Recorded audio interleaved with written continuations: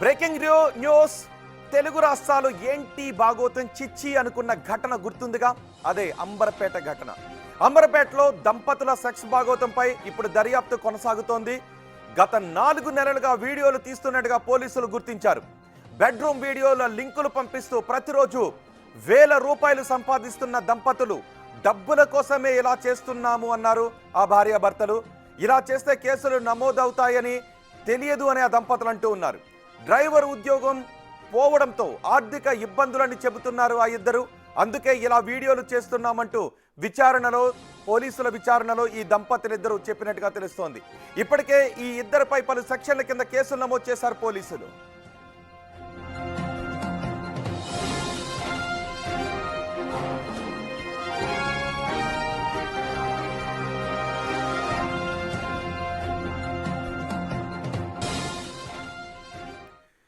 అంబర్పేట దంపతుల బాగోతంపై మరింత సమాచారం మా ప్రతినిధి సురేష్ అందిస్తారు. సురేష్, ఈ దంపతులపై ఎటువంటి కేసులు నమోదు చేశారు? అప్డేట్స్ ఏంటి? ఇద్దరిపైన ఐటీ యాక్ట్ కింద కేసు నమోదు చేయడం జరిగింది. వారు వాడిన కెమెరాని, ఎక్విప్మెంట్ అంతా కూడా సీజ్ చేశారు. అయితే పోలీసు విచారణలో చాలా సంచలనమైనటువంటి విషయాలు వెలుగులోకి వస్తున్నాయి.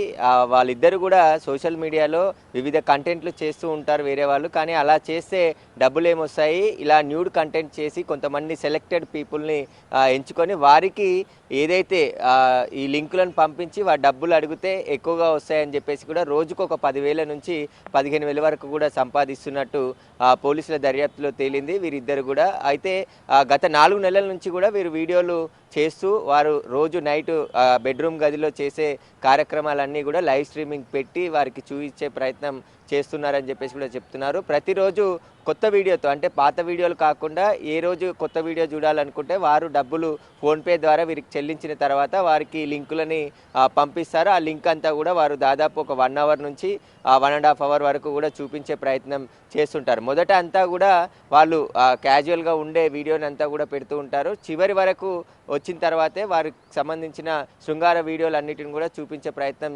చేస్తున్నట్టు గుర్తించడం జరిగింది. అయితే వీరిద్దరు కూడా సోషల్ మీడియా మీద బాగా పట్టున్న వ్యక్తి అని చెప్పేసి కూడా పోలీసులు గుర్తించారు. ఆ తర్వాత ఆయన డ్రైవర్ ఉద్యోగం చేసేవాడు, ఎవరైతే వీడియో చేస్తున్న భర్త, తను డ్రైవర్ ఉద్యోగం పోవడంతోనే ఆర్థిక ఇబ్బందులు ఎదురయ్యాయి.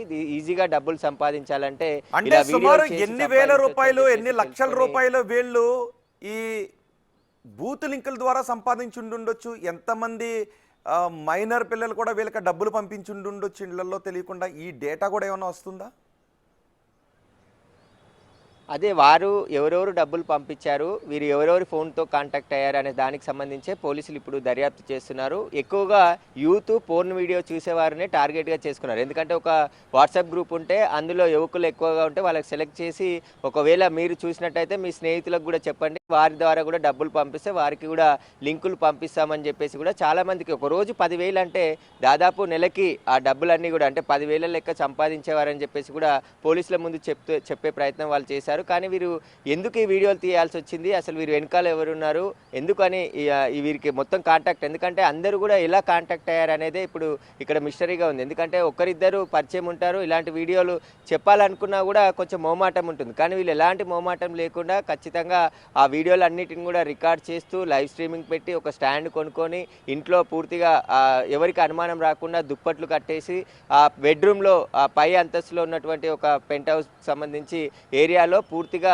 వీరు చేసే మొత్తం శృంగారానికి సంబంధించిన వీడియోలు అన్నిటిని కూడా ఎప్పటికప్పుడు ఆ లింకుల ద్వారా పంపిస్తున్నారు. మొదట ఆ వీడియో రికార్డ్ చేసి పంపించి అలా 500-1000 రూపాయలు తీసుకునేవారు. కానీ వీడియోలు కాదు, మీకు లైవే చూపిస్తామంటూ కూడా లైవ్ లింకులు క్రియేట్ చేసి ఒక వెబ్సైట్ని క్రియేట్ చేశారు. ఈ వెబ్సైట్ ఎవరు క్రియేట్ చేసి ఇచ్చారు వీళ్ళకి, ఆ లింక్ క్రియేట్ చేయాలన్నా కొంచెం టెక్నికల్గా అవగాహన ఉండాలి. కానీ వీరికి ఎలాంటి అవగాహన లేదు కాబట్టి వీరికి ఎవరైనా ఇంకా సపోర్ట్ చేశారా అనే దానిపై కూడా పోలీసులు ఆరా తీస్తున్నారు.